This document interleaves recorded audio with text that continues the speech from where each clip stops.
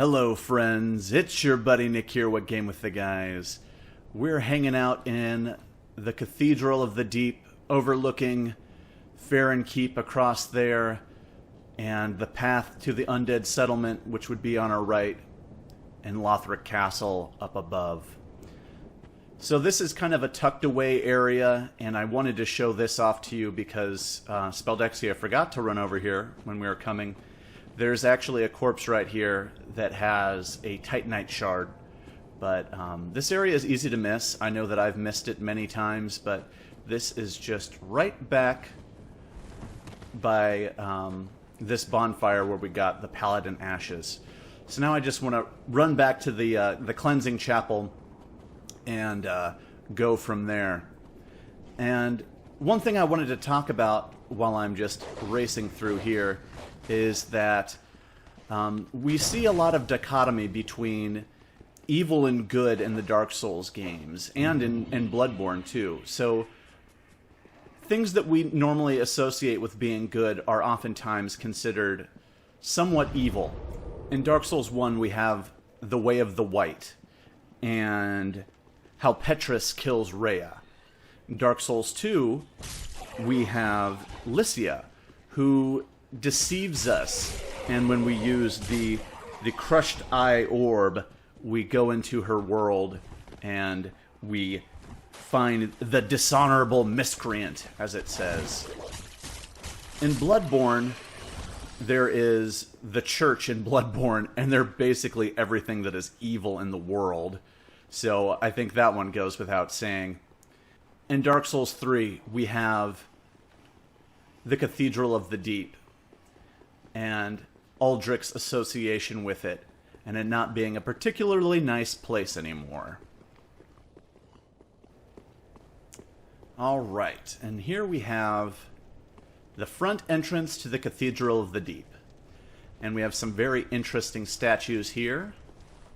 And he appears to be a mourning fellow, a sad fellow. I think that this is actually imagery of Morn, and maybe not necessarily exactly what Morn looked like, but kind of imagery based on his look of his armor and the other items associated with Morn. So he kind of has this gargoyle-esque imagery that goes on with him. Or these could even be looked at as maybe dove wings, angel wings, something of that nature. But yeah, it seems that this is probably Morn. He was an apostle of the Archbishop, so we'll see a lot of his imagery around. And then right next to it, we see this crying nun again. And so once again, I do believe that that is imagery of Caitha. And so back in the day, before the Cathedral of the Deep became so deeply associated with the Deep, I think that it might have been a cathedral more prominently associated with Caitha. And we got some rusted coins there, and those will help us out for some item discovery. Once again, we'll see these statues a lot. There's a few other statues that we're going to see frequently too, but the statue of Morn, and then what I believe to be Caitha. Whoa, that did not go the way I wanted it to at all. Now, if you look down at my Estus flask on the bottom left there, you see that I can't use it. Someone has hit me with... Wow, I'm making a mess of this. This guy up here actually hit me with an undead talisman, and I really need to heal. So I might wait this one out. He's got an angle on me, or I've got an angle on him, I should say. Oh, this is not good. Okay, now I can heal. Oh, wow, he's really just gotten up here. He usually doesn't come this far to the edge. Usually he'll kind of stand a little bit further back, and you can just get an angle where he can hit you, but you can't hit him. Or sometimes you'll lodge arrows just into midair that aren't really sticking to anything. But as we continue on here, we'll see these, what actually appear to be like railroad spikes. Or if you're going to stake a vampire or something like that, we'll see those all over the place here. And there's not really a good explanation why we're seeing those at the moment. We will see, we'll see them used again in the future, and it makes a lot more sense there. But we see some chains up above, and that item right above my head actually looks like what you would see incense burned in.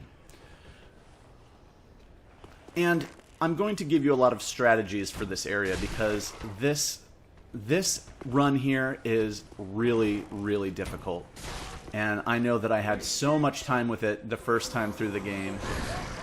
But we can basically get all of these guys to clear out of the way down here. Oops. You'll see that railroad spike blocked me out there. So we can get a good angle on a bunch of guys that we're going to run into in the future. They're not really that much of a problem for us now, but if we go ahead and just kind of trigger them now, we can get rid of them so we don't have to face them. These guys are meant to ambush you. They're hanging over on the edge. The question is, how long have they hung there? How long have they been hanging there, just waiting for someone to come by that they can ambush? But we can go ahead and trigger them to come up and not ambush us. Yeah, generally they tend to explode like this, but that guy didn't want to do so. It's probably best to trigger these guys from a distance and just pick them off like so. Where is that? Where did he... Oh. I was like, where did you go, buddy? Oh, I figured that would probably hit there. We'll take care of him in a moment. We have a lot of ambushes in this area. We've got these thralls up above here. And we can get them to drop down just by shooting an arrow at them like so. And, oops, I meant to have my bow out. But I was fighting a thrall, so that didn't work out. And if you didn't know, headshots actually do more damage, so it's good to get those headshots in. Here's another one of these fellows. And this guy has the big flamberge, and so you don't want to get hit by that. And even if you block, it does bleed buildup. Whoa! This guy came down. I was going to knock him down off the wall, but he beat me to the punch. He's usually just sitting right up above where my head is there. So we have a few items. This guy dropped a firebomb, and we get some souls here. Whoa. That's scary. That was just fake. It was just fake. As we come along over here, down below, there's going to be a couple of guys with bows. It's really just best to charge at these guys. Dodge the arrows as you come on down. You can shoot at them from a distance, but that tends to be possibly a little bit more dangerous. But they just have those. They just have those crossbows, so they're not too difficult to deal with. This guy's probably a little bit more tough because he has the shield and spear there. Once again, we're seeing these statues of... I'm just going to say that it's Catha, even though that's a bit of speculation. Ooh! Didn't mean to roll there. If you actually run and jump and you let go of everything, you'll just kind of stop like that, and that's what I really intended to do. That's not how it worked out. I almost died, so you really do have to be careful when making this jump. But this jump is totally worth it,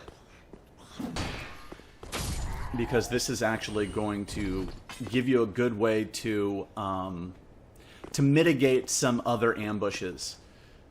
There's a lot of these thralls hanging out, and we might actually be able to... Yeah, this right here is actually the shadow of one, but it's kind of glitchy because it shouldn't be showing a shadow because it's actually standing on the ground over there. But taking care of these guys now is going to save us a lot of trouble in the future. And there's a number of these guys hanging out down here, too. You can see just 4 right here. That is a crazy ambush that's going on, but we can take care of that by being in a location. Oh, I see, you see the shadow of one there. and we can take care of some of these guys. Where is this guy hiding that we're seeing his shadow there?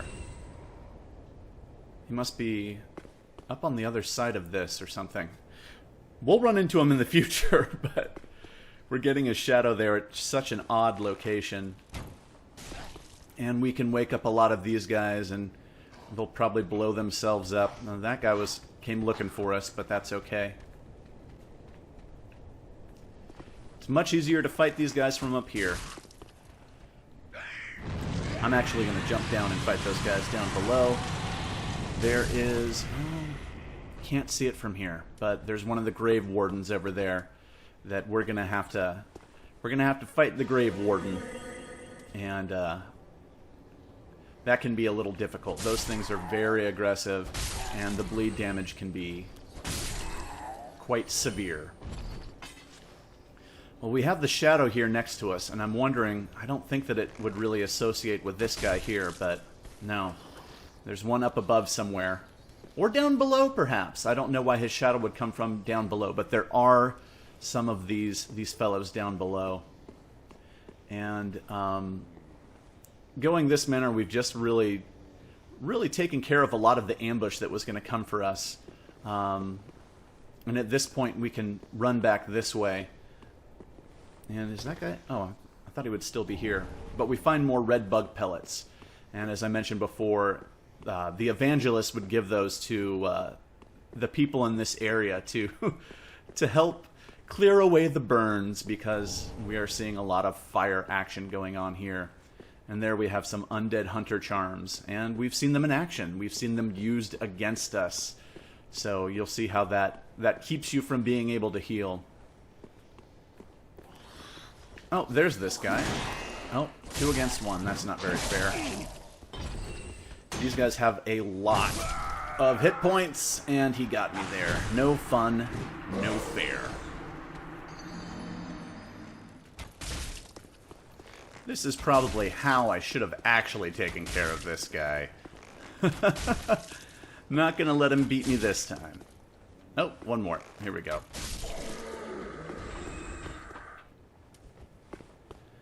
Now we can just come back and take care of these little fellas again.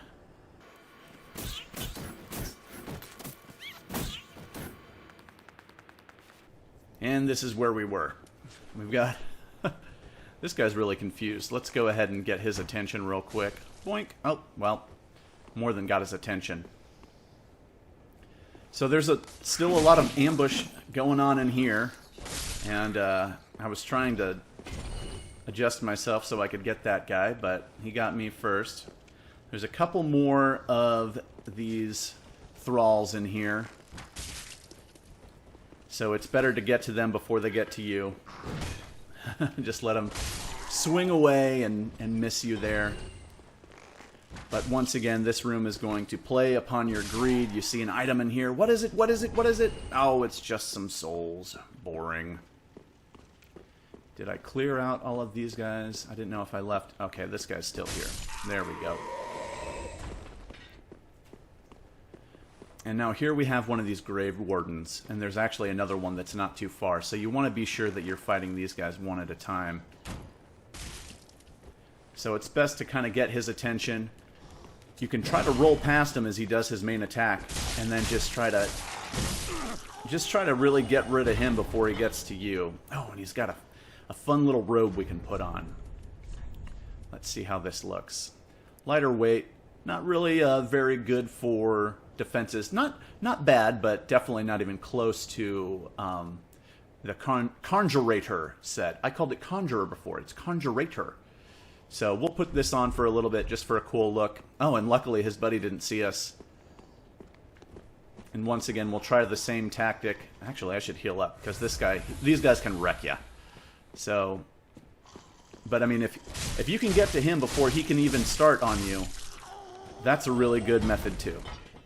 And you'll see that they're in charge of getting rid of the hollows and whatnot, but they are hollow themselves. And he's making snow angels right here. We got a couple of these guys. These guys are going to light themselves on fire, and they will damage you severely. So it's better to just run away and let them blow themselves up.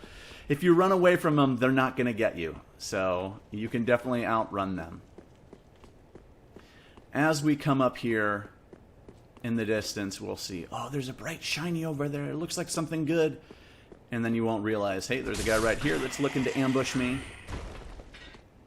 As we see more imagery of Catha.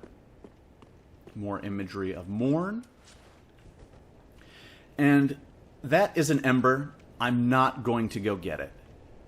You can sit here and pick these guys off one by one with your bow, and then there's a great big guy waiting right around this corner to get you. It is way too much work just to get one ember. And so now we have these great big, huge doors letting us into the Cathedral of the Deep, and we are greeted with the beautiful scenery of a brilliant chandelier, and you can see the crisscrossing struts of the of the interior ceiling. And it is a cathedral. It is quite grandiose. The whole place is very, very beautiful. And there's a lot of really interesting imagery in here. This first thing, really, the look of it, it's just kind of a slime creature. But you know what it really reminds me of?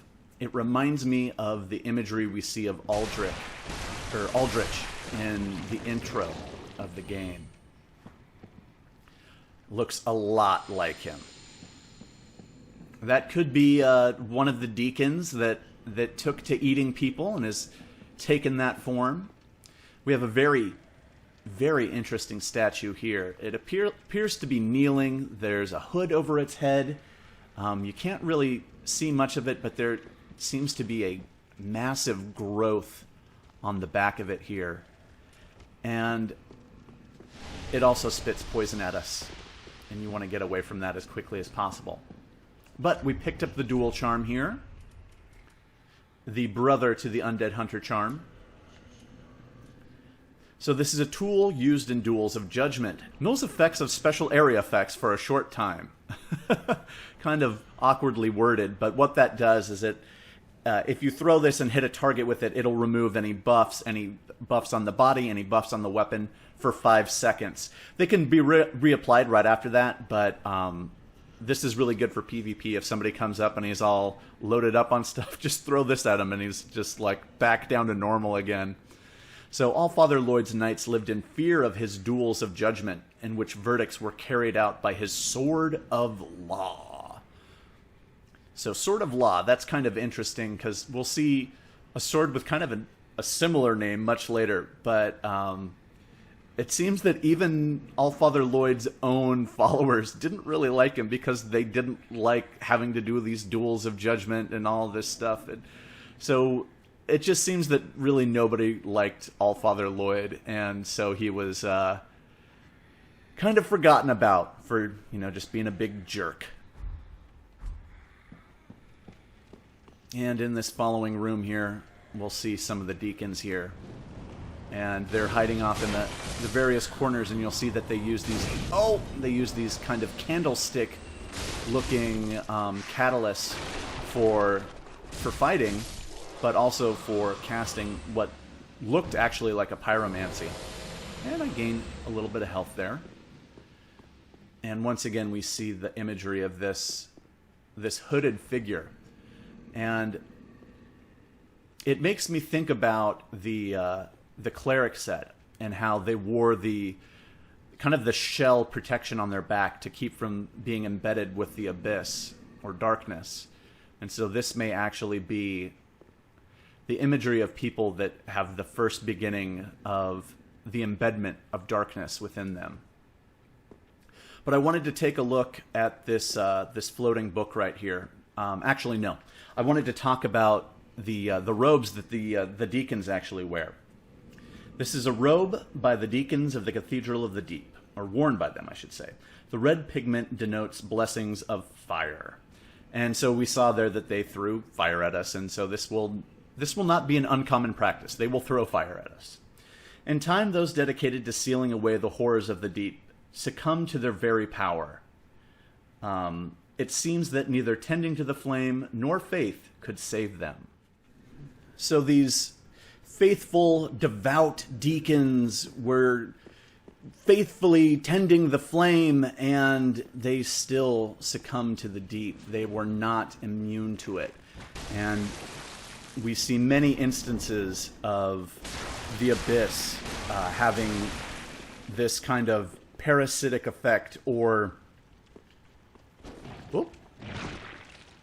That's its attack there. It's usually best just to take care of this thing before it tries to attack you. And what I should have had out and ready is actually my torch, because these things hate fire. So I'll be ready next time. But as we come down here, we're already seeing kind of the effects of darkness and the abyss on the area. And it's not overwhelmingly so the way that it was in Ulasil, but we're definitely seeing hints at it. And we can come over here, and this will bring us back to the cleansing chapel. And I really like to do this whole area without resting, but if you're low on Estus, by all means rest and come back, because at this point we're not going to go back out through the front area, so all of those guys there, not a big deal that they're all that they're all dead. You're not going to really run across them again, but as I said, I like to do it all in kind of one run. So we're going to come down this way, and keep in mind that we're talking about the deeps here, or I can't remember if I mentioned before that in the Japanese version of this game it's called the Cathedral of the Depths. And I just wanted to have a little silentry as I came up here, and we see an evangelist. Oh great. Oh, she smacked me with her Bible. She was about to do the fire attack there but I killed her. I was not timing my charged R2, because usually you can get a backstab, and if you time it just right, you can follow up with a charged R2 and just really do a lot of damage. But so she was kind of peering out over this area here, and we find a deep gem. And it's very fitting that we find a deep gem here, because this looks like a bottomless pit of some kind. And our encounters with the Abyss in Dark Souls 1 did involve dropping down deep, deep pits. So in that sense, you know, if we think of the kind of the idea of heaven and hell, heaven being up above, you know, we get a lot of the faith that looks at, say, the sun, for example, and then hell being down below, the abyss, the depths. And also from here we can see our friend the giant, who just looks really weird from here, but we still can see him. But I wanted to take a look at this gem, and before I look at the description, what this does, it'll create a split damage. We actually saw the battle axe on the high wall of Lothric that had this infusion. So it splits your damage between physical and... I can't show it from here, but it'll split it between physical and then dark damage, but then has no scaling. So this is the Deep Gem, and infused with Titanite, found in the dregs of the Cathedral of the Deep. Now, what dreg means is it's the most worthless part of something. So when it says found in the dregs of the Cathedral of the Deep, do they mean that it's like the locations within the Cathedral of the Deep? Or actually some of the enemies that we find? Thralls can drop these. Deacons possibly can drop these. So is that what they mean by the dregs? But moving on.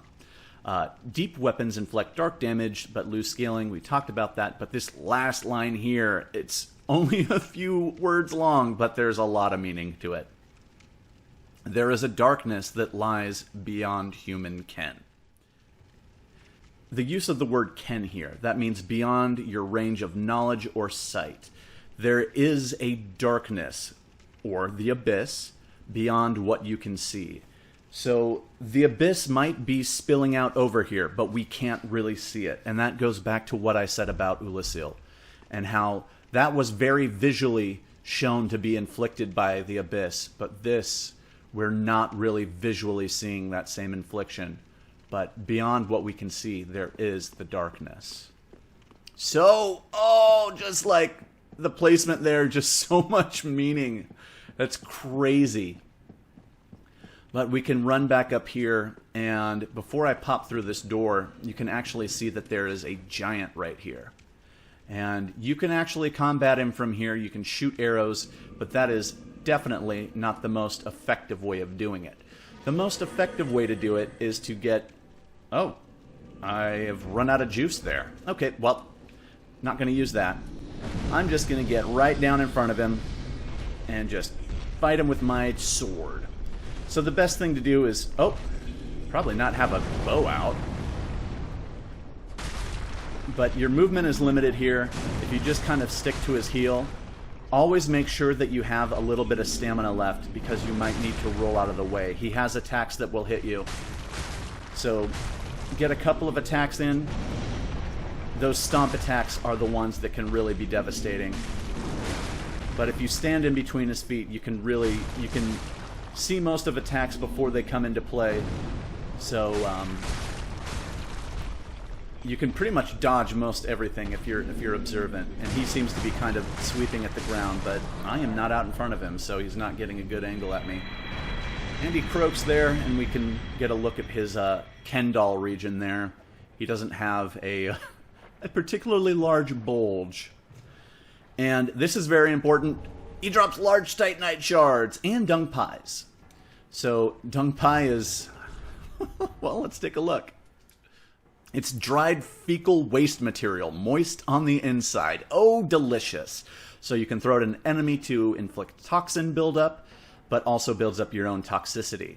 Though the stench makes it difficult to carry on one's person, inflicting toxins on an enemy yields high damage over time. Perhaps some undead have fond memories of waste. Or perhaps not. So not really a lot of lore there, but it is such a useful item, and we will definitely be using that in the future. And right over here we have the Maiden set. So let's model that. We can take a look at this here. It's a white hood worn by traveling maidens, part of their formal attire, regardless of rank. It is soft and well made, but ill-suited for use in battle. And that seems to be the description for the whole thing. And now, what a beautiful young maiden I appear to be. And this was actually worn by Rhea of Thurland in Dark Souls 1. And she was rather a high-ranking cleric, or maiden. But she still wore this, even though she was so high-ranking. But let's go ahead and put on what I was wearing before, because it was a lot more fun.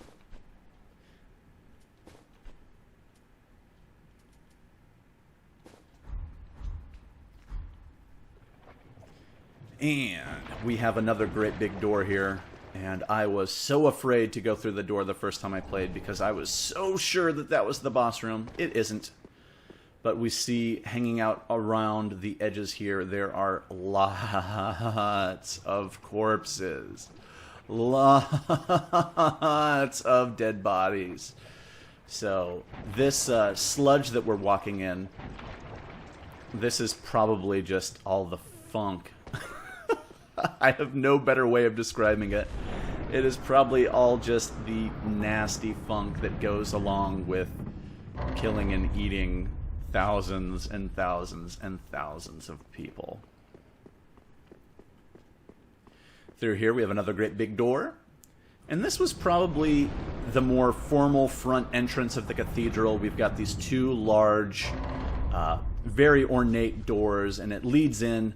Before I go look out there, you see as you walk in, and once again we get this beautiful view, and it looks straight on to kind of your main worship area there. So this was likely the true front entrance.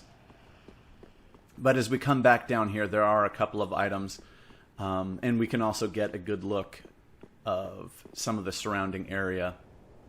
And I first want to just pop over by here. This is a homeward bone. And it's kind of fitting because it's like, oh, this should have been, this appears that this was once a walkway, but now it's blocked off. How do I get home? Homeward bone. And once again, Catha. But if we look here, there's a couple of gravestones, but no body. And here we get the Saint Bited. Oh, I can actually use this. How about that? A silver bident decorated by a holy symbol, formerly wielded by Saint Klimt. Klimt, huh? I wonder if he's named after famous painter Gustav Klimt. He discarded this weapon that draws upon one's faith on the day he put his own faith behind him. And he has a new staff now, and we'll see it in the future. So, hold spear at waist and charge at foe. Use strong attack while charging. Just your standard charge attack. But the design of the head of this is considered a spear. The head of this is... Let's see if I can get a good look at it there. But we'll see that imagery again. So it's good to take a look at it now. But let's go back to something that we're finding a lot more useful. And we'll put on this sword here. And I should probably just fast forward through this because it's a long run back and this area is sludgy and difficult to run through. So we'll just get to the goods over here as I try to make my way through. That guy gave me all the time in the world to hit him. And as we come up in here, we will be invaded. And which side? I believe it's on this side over to the... behind us there. Oh, not yet. Where are you? Where are you? Here he is. There he goes there. Longfinger Kirk. And you'll see that he has a very interesting looking armor. It will do bleed damage if he actually rolls near us. But it's best to just give this guy a little bit of space. He hits really hard. So try not to get hit by his attacks. And this poking method, I think I might have talked about it in an episode or two ago. This tends to be, oh jeez, just before he even hit me, I knew it was coming. But whoop, oh, that poking method tends to be your longest reach, and that's the best way to hit him. But he gives us some good stuff here. But before I take a look at that, I wanted to talk a little bit more about his role in Dark Souls 1. He was an invading red phantom, and as we saw, his items there are very spiky. They're known for their bleed damage. And in Dark Souls 1, he was called Kirk, Knight of Thorns, and was notorious. He was a notorious dark wraith who stole victims' humanity so that he could present it to the fair lady, sometimes called Quaylon. She's the sister of Queen Quaylag and leader of the Chaos Servant Covenant. So we see once again that he is a red phantom coming in to evade. He will get the strength of fire by killing us, kind of the way that humanity would give us strength in Dark Souls 1, but this time he's looking to get tongues. And we'll see why he wants tongues later. But he drops these items, and this sword is actually one of my favorites in the game. If we take a look at this here, not a bad weapon for fake here. This is the sword of Longfinger Kirk, the infamous Knight of Thorns. The sword's blade is lined with countless deadly thorns. The thorns of this ominous blade, weapon, not blade, induce heavy bleeding, and we can see there that it does have the additional effects of bleeding. And it's not quite as strong as your standard longsword. It might even be slightly shorter, but that bleed damage is very nice. Here is another giant. We have plans for him quite shortly.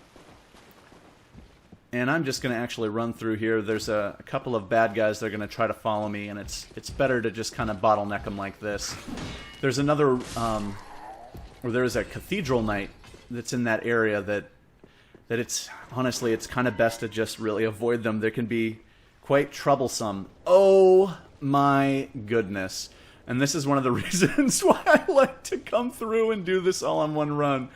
But you get the evangelist here that is just absolutely wrecked. What happened here? Where is her head? Where is her head? Is it? Oh my goodness. Oh wow, that's great. Oh, and she just fell through. Just fell through there. And you'll recognize this area. We came through here before to get the poison bite ring, but oh man, that was a special treat just to see that just completely destroyed body. You can open this door now. I'm not going to open it at the moment. That leads to kind of a later area of the level, and going there will kind of mess up some of the NPC interaction. So once again, I'm wanting to just do this all in one run, so I don't want to rest there, but I do want to come back up through this side because there's more items over here, and I'm so upset at myself for not sending the elevator back down the last time I came through.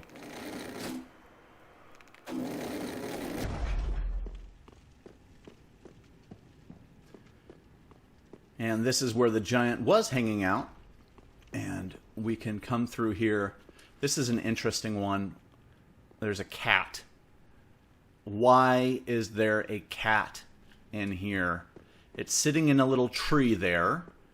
So, I mean, there's a lot of speculation we could make. Could that be imagery of... Oh, what was her... Alvina? Possibly, but she looked more like a crocodile than a cat. Maybe imagery of sweet Chalcoir. I don't know why she would be here, but maybe it's just a joke. Maybe they just really like cats.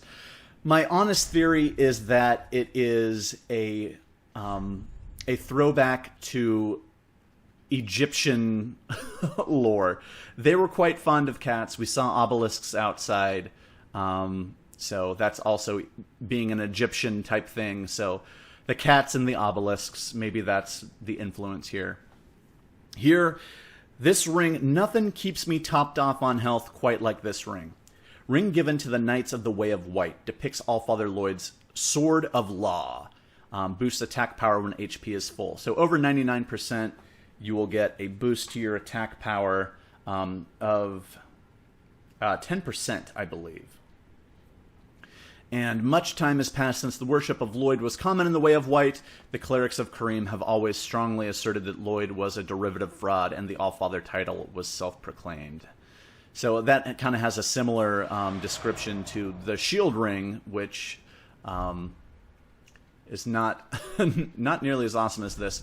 So yeah, you'll see that there's a 10% bump in your attack power, but only if you are pretty much maxed out on health.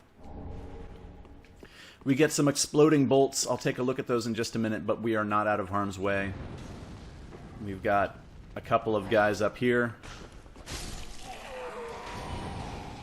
I don't think he can hit me from this angle. Whew. And let's see. You can't see it from here. There is an item up there. Once again, it's an ember, and so it's kind of drawing you up there to to your demise. There's an evangelist. You can probably hear her walking around. There's an evangelist up there, and I'd rather just avoid her than collect an ember, but I'll show you where to go. So here's a better look at that beautiful kitty cat. It kind of looks like, I think it's an Abyssinian. I don't know if that's pronounced right, but I think that that's the breed that is most associated with Egypt. And we can take a look at these. Oops, oh, whatever. Bolts that explode on impact deal area fire damage in the immediate vicinity. Due to the risk of detonation, the amount of bolts the user can carry is greatly limited. These are, after all, prototypes created by the weapon craftsman Edmund. You get what you pay for. So these are prototypes. They're a little risky to use here, but you see they do fire damage there, and they have a small area of effect. And we'll find some more of his arrows in the future. This one doesn't spit poison on us, but we can kind of get a closer look. It almost looks like a brain. There's many folds in the back there. I can't say that I have a definitive answer for that. Only speculation. And I would really like to hear what you think about those. We've got a few areas where we can be ambushed by these guys, so best to just take care of them right off the bat. And this guy usually does something goofy if we knock him down right here, because he's hanging out on the ceiling. Yeah, he kind of just floats on midair and then comes back down. There we go. And so there's a ladder there right above my head. And you can climb through there. Maybe I'll just pop my head in. There's an evangelist waiting to kill you if you want to try to go and get that ember.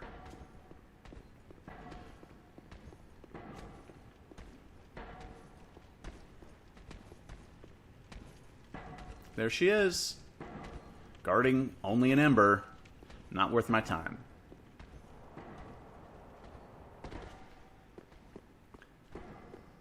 So running back over here, there's an item on the far side there. Once again, an ambush just waiting to happen as we have another one of these Aldrich-looking slimes. So we can just... Oh, I forgot. I came equipped this time. Here we go. Much, much better. And we get Seek Guidance. Oops. Here we are. Miracle of Stray Souls. Displays more help from other worlds and reveals summon signs without using an ember. You can see the summon signs, but you can't summon people. Just so you know. Faith serves as a guide for clerics, meaning they should have no need for second-hand wisdom. Man, that's a slap in the face. Another kind of blind faith type of thing, but not the literal blind faith that we've seen before. I don't want to offend anyone, but you may actually be this person. Everybody has or knows a person that says something like, "Oh, I just need to pray on it," and it's like, well, maybe you need to actually, go ahead and take care of things yourself and not trust that whoever is answering your prayers is going to take care of it for you. And that's a lot what that middle line there is taking a knock at. Be that as it may, this miracle has been passed down from soul to soul, providing a tiny ray of hope for the lost. So it's been passed down, even though they're like, oh, faith is all I need.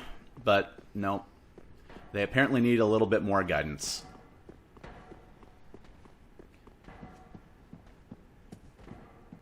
Oh, okay.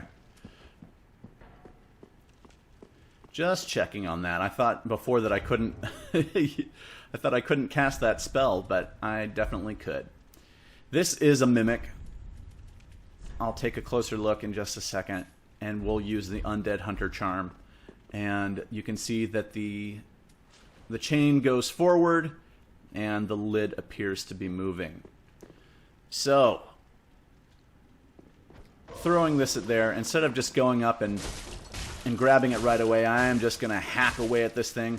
It has a unique animation if you kill it while it's still in that form. It pops open in that manner. Oh! Nice! The symbol of avarice. And also the deep Braille divine tome. So, here is the symbol of avarice. As we see, this is the head of the avaricious creature, that's a fun word, that mimics treasure chests. Can be worn if one so wishes. Increases soul absorption from defeated enemies, as well as item discovery.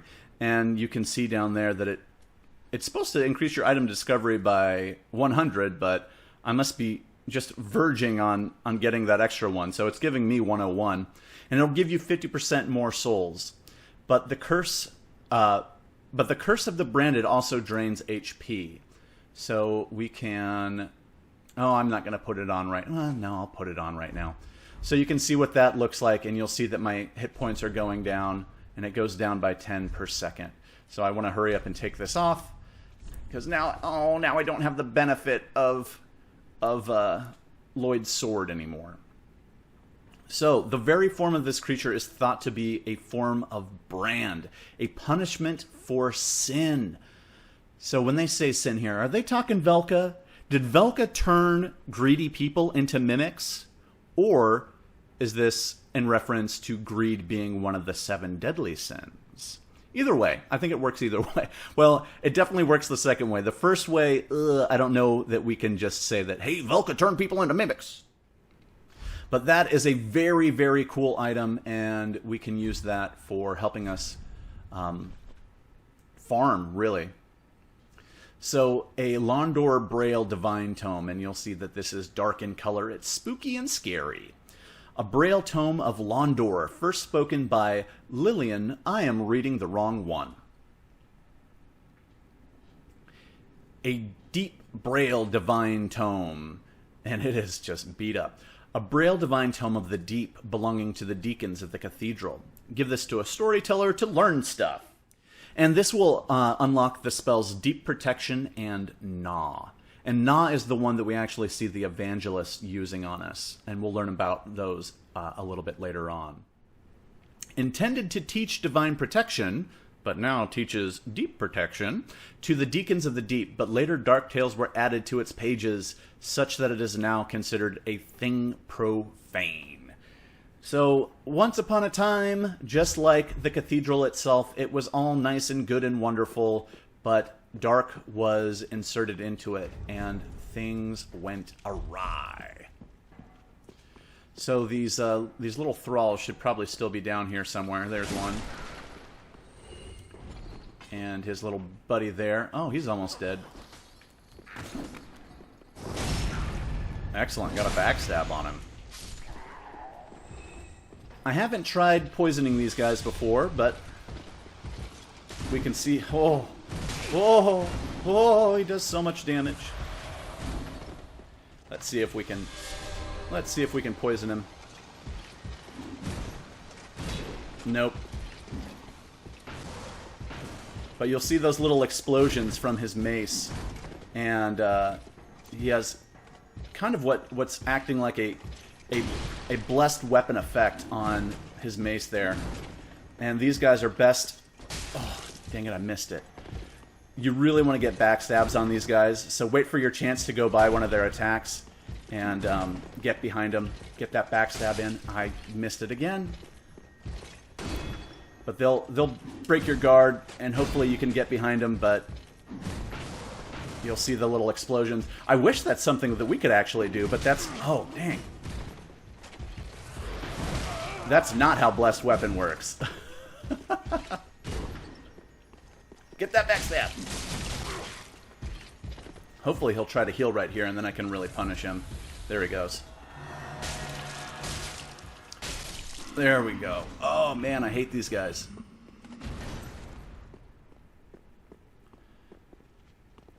And, you know, this is just a pretty little area. Not a lot of iconography in here, but you do see this path, this red path that leads you right in here to a horrendous ambush. There's a creature right above me, isn't there? Yes, there is.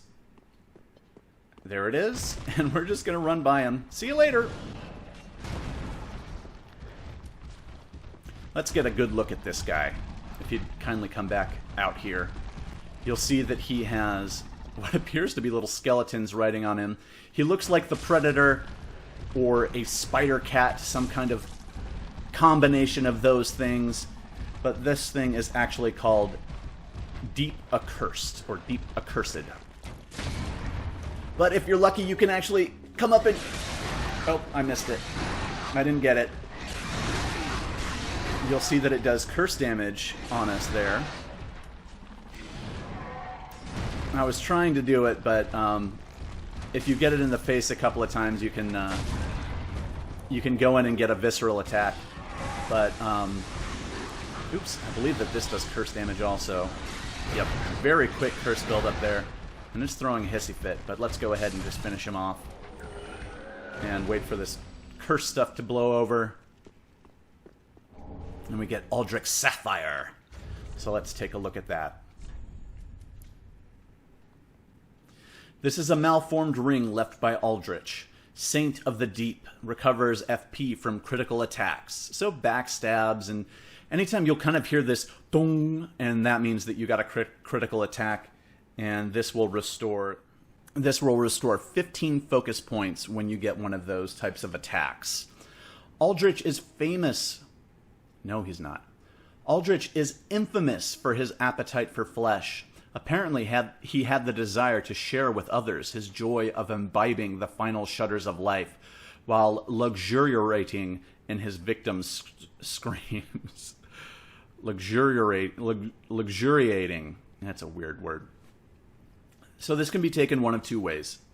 Either he really liked for other people to watch him eat people, and that's what it means by sharing and having others share in his joy. Or this means that he was kind of passing the idea of eating others on to his deacons, and they all kind of began to enjoy this imbibing of flesh. And this makes it sound like the process, when he ate someone, was not fast. He did not kill them and then eat them. He ate them alive, and he ate them slowly. Can we guess what is over here? Well, an ember. Yes, embers are very common in for usage for luring you into traps. And probably because a lot of times they're meant for you to die there.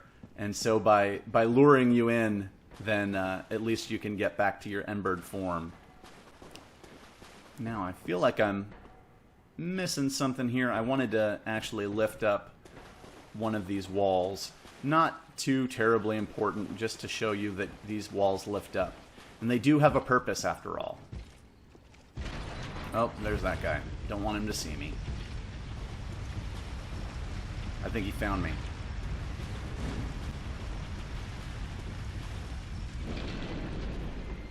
Maybe if I hide. Yeah, he's left me alone now. So this is actually meant to kind of block off the giants. And let me show you exactly what I mean by that. Here is a giant here. And he's actually surrounded by a lot of these little slime guys here. And if we can just kind of... Yeah, they take... Come on, hurry up and die. Yeah, they're super annoying. And they are all over the place in here. So if you come in here and try to do your regular fight against this this giant, you're probably going to get killed. And I didn't miss the stomp there. He got me with the stomp. But... Oh! Missed it again. But we can draw him away from those little slimes. Come on, big giant. Follow me. And if you get your timing down, you won't get hit with those stomp attacks. I'm trying to see exactly how tall he is. Come on, friend. I think I might have gotten too far out ahead of him. But we can lure this giant over here. Come on, buddy. Let's get away from your little slime buddies. And I think I might have him far enough. I might want him to come just a little bit further. There we go. And right here we can pull this lever. And now this guy has nowhere to go. Where are you gonna go, giant? Where are you gonna go? So you can trap him in there like that. And now those little slimes over there are as good as dead. And eventually he'll actually go back to sleep. But that's not what we want. We want his large Titanite shard, so we're going to come in here and fight him anyway.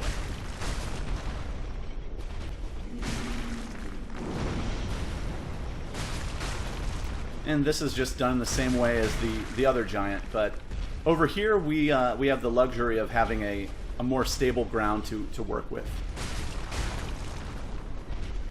And he seems utterly confused by the whole notion, so... It's making my camera angles look funky, but it's making the fight a lot easier.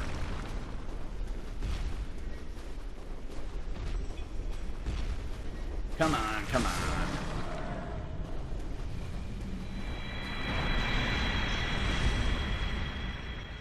And we'll get another large Titanite shard and dung pie. Now, at this point, we have 4 large Titanite shards, so we can reinforce our weapon one more time. And if we come back over here, we will see, there's all the little slimes there. And there's an ambush here. Some sort of grub man grub. I think they're called man grubs, let's be honest. I was pretending like I didn't know. But we'll see there's a couple of them pinned up there, and they're using those same spikes. And up above there, we see even more of them pinned up. And just this sludge just pouring down into this area. Well, now we can kind of go through here a little bit less encumbered. So here we have a Titanite shard, and we can just fight these guys with fire. Much, much easier to kill.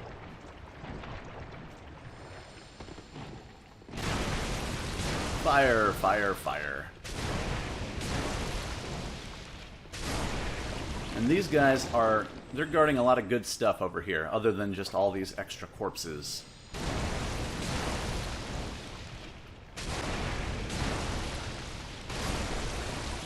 And you can see, like, down through the... Oh. You can see down through the sludge. Whoop! Oh, I was trying to roll out of the way, but I messed up there. And here is this man grub coming at us. I want to see him do one of his attacks, other than that lunge attack. He actually has an attack that will spray maggots at us. And those, like the beasts outside, those cling to you and do lots of bleed damage and lots of bleed buildup.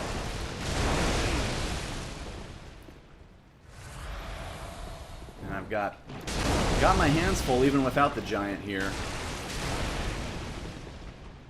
Oh, I thought this one was dead.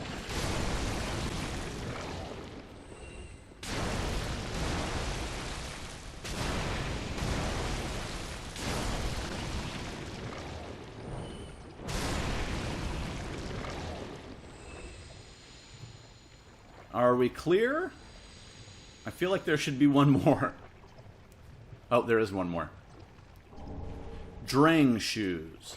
Not the dang shoes. Not those dang shoes! Those are drang shoes. Drang gauntlets.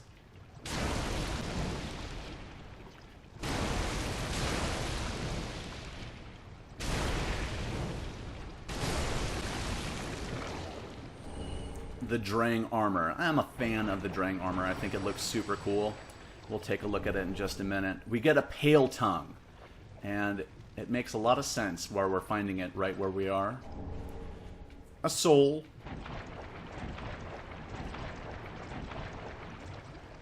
And over here, the Drang hammers.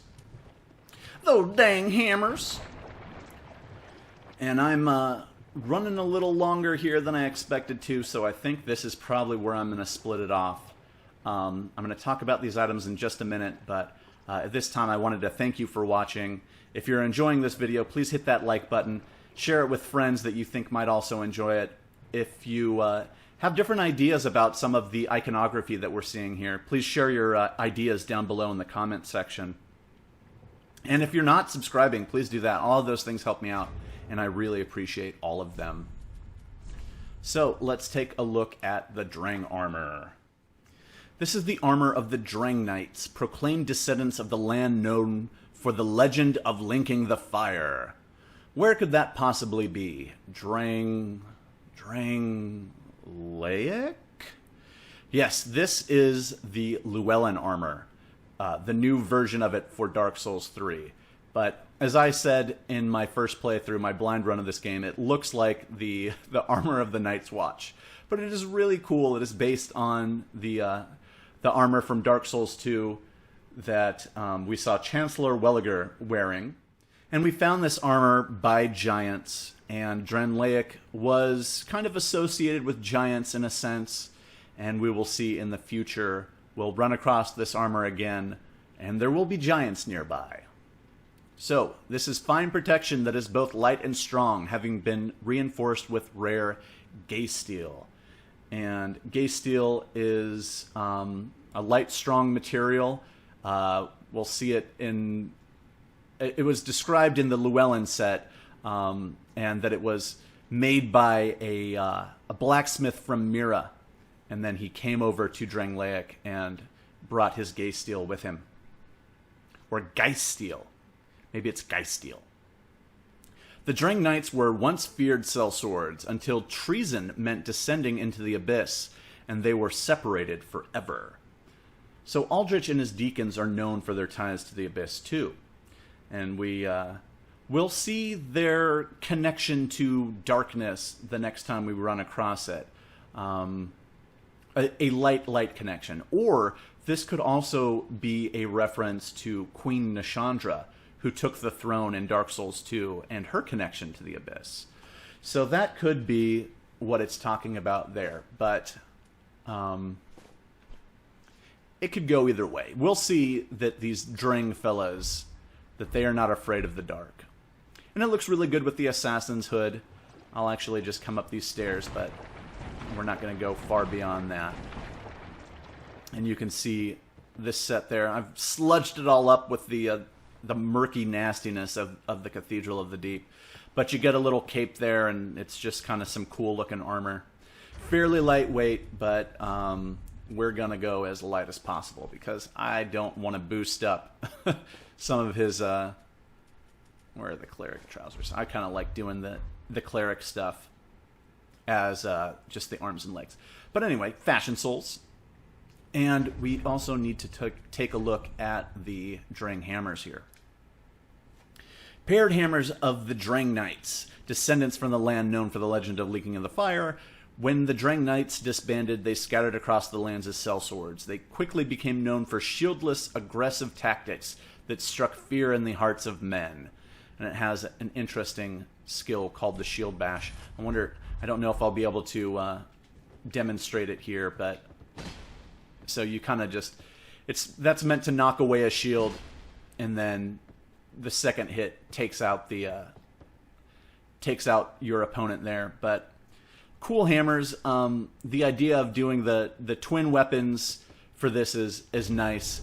Especially one of my favorite setups in Dark Souls 2 was to do just two regular clubs, and they scaled so well with strength, and you just paired a couple of them up. And so this is kind of a close reimagining of that in Dark Souls 3, but don't quite scale quite as well. But not too bad on the attack there. So there's so much more to the Cathedral of the Deep, but we're going to have to get to that in the next few episodes. So thanks again for watching, and we will see you next time. I wanted to hit this button instead and give you a nice bow.